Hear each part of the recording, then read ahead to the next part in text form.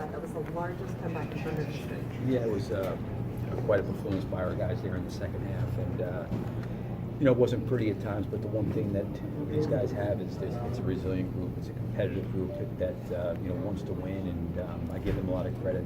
Starting the fourth quarter down by as many points as we were, and to have the resiliency and toughness to try to get back in the game and will their way back into the game. And it wasn't pretty in a lot of ways for us defensively in terms of where we've been. We didn't defend a three very well. We got hurt on the offensive glass in the first half. We turned it over. Some of those things got corrected in the second half to allow us to get back in the game. Tell us what the final play call was, and it seemed like they executed it to perfection. They did a good job. We just tried to get Paul and Russell in some action together, and they may have gotten a little bit confused, and two players kind of went to Russell, and he was able to snap it over to Paul. And they did a great job. The guy really recovered and got back in Paul's face, and Paul had enough time to shot fake and kind of let him fly by, and he made a tough shot. So, give those two guys credit. Russell and Paul of working together and playing off of each other.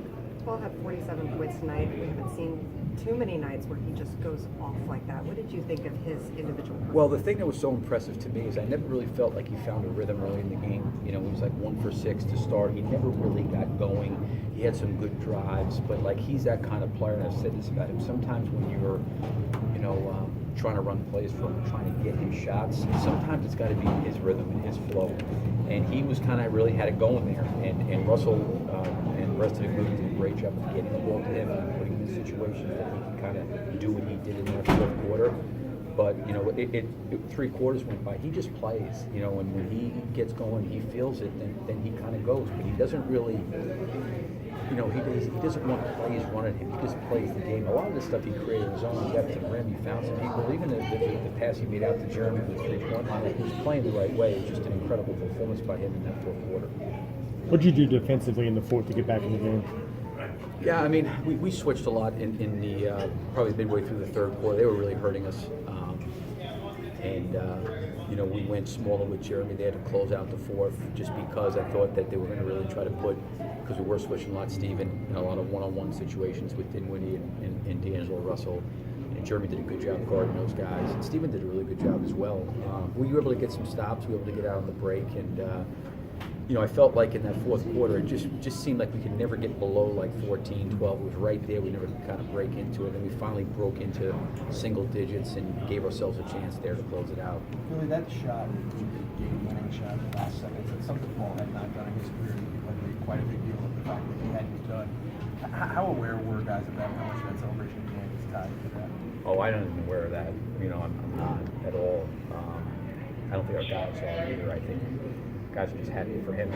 Sometimes, the shot at the end of the game or the last shot, sometimes that can be misleading because there's so many times Paul has made big shots in crucial crunch time situations where if you're going to just lock it into the last shot, it's really hard to do that. I think if you look at the big shots he's made, throughout his career, that have been in moments where we needed, every single shot in the fourth quarter was a big shot.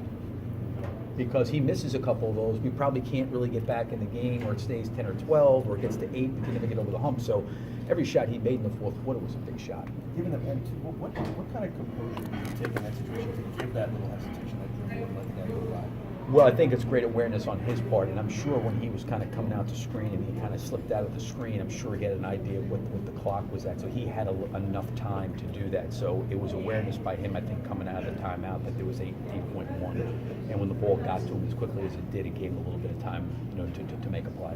Coach, you spoke about the balance of drawing up plays for Paul versus having to find his own shots and get his own rhythm. Is there a moment, or was there a moment tonight where you realized, okay, he's got it going, we just let him figure it out on his own, or in the fourth quarter? No, when I say run plays for Paul, there's a lot of things that we run for Paul, we do for Paul, but it's not necessarily for Paul to shoot. And I think that's what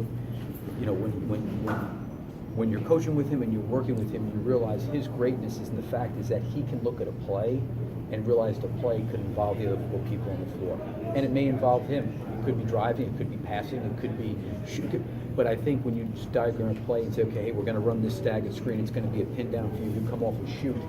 I don't think he's ever been really effective playing that way. Now, can he make that shot? Can he do it? Yeah, but he likes reading the game, he likes playing the game, and you've got to put him in situations, in my opinion, as a coach, to let him make those kind of plays, where he's not being boxed into, okay, this is the only thing you can do on this play. He's got to have options, because he's got really good vision, he's got great size to see over the defense, he can play at the rim, he can play behind the three-point line, he can play in the mid-range, so you really got to allow him to take what the defense is giving him in a certain situation. Was that last play a read for those two guys?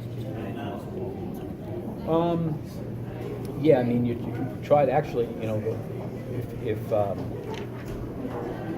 the first part of it was for Russell to go right downhill with an open post. There was nobody who was sneaking on the side of the floor, and if for some reason the defender's feet got twisted up and Russell could go. That's actually what ended up happening. Is Russell went, and two guys kind of got stuck with him, and then it allowed Paul to be open behind him. So, yeah, they had to make a read out of that play, and both those guys did a good job of playing off of that. You find that when you flash a guy in front of space in the defense like you did with Paul, that causes that freeze there? Yeah, I mean, we got hurt a lot by them, doing the same thing, with Harris and with, Crab and a lot of the 3C guys where he kind of slipped out, got on the run, and, it's hard, ball's coming in off the run, you got Russell Westbrook there, and it's two players, you got to really communicate, it's late, you don't know if they're going to screen, or they're going to slip out, So, those guys did a really good job playing off of one another in that situation.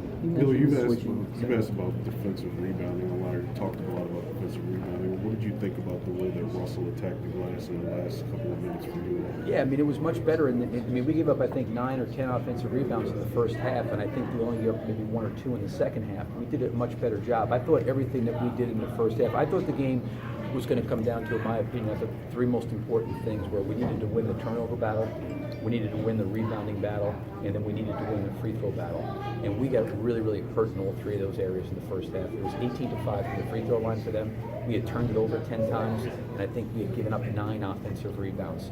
So they were on pace. Plus, on top of that, I didn't even mention, trying to guard the 3. We gave up 15 threes. So they kind of corrected and did some things a lot better in the second half than we did in the first half. I know the game was so fast there. We had a chance to laugh in the end when it works out. But when you called that last time out, the ball kind of went out to Russell like he might have had a fast break. Did you kind of see that at all, or you were already on the court and you had motion to timeout? Yeah, I mean, I wanted to make sure we got something. I thought Russell made a great play the play before. Where he ended up driving to the basket. It may have been a foul. I wanted to watch the replay. It looked like maybe he got hit a little bit, maybe he didn't, I don't know. But he got to the front of the rim. It was a bobbled possession there. You don't know what happens in that situation. And he was ahead of us. I don't know if he was all the way out in front, but I just felt like the best thing to do was to get us organized coming out, and try to draw something up to put those 2 guys in a situation to make a play. Well, I don't know. If it didn't work out, you'd be asking me why did I let the ball get out of the court. Coach, when you're battling from down 23 points and Paul goes off for 25 in the fourth quarter, are you able to kind of sit back and enjoy his performance after the fact, now that it's over now? I wouldn't say that I'm over there enjoying it, no, I'm trying to coach the game. And, yeah, but I mean, obviously what he did in the fourth quarter was remarkable, and it was something special. I'm not sitting over there, basking in it. I mean, you got to coach the game, and there's things that are going on. We had to make some substitutions, we had to do some different things, but obviously you can tell when the game's going on that he had a large hand offensively with his 25 points, getting us back in the game. You can see what's going on. What it did more than anything else, it inspired our team and uplifted our team. Thank you, Coach.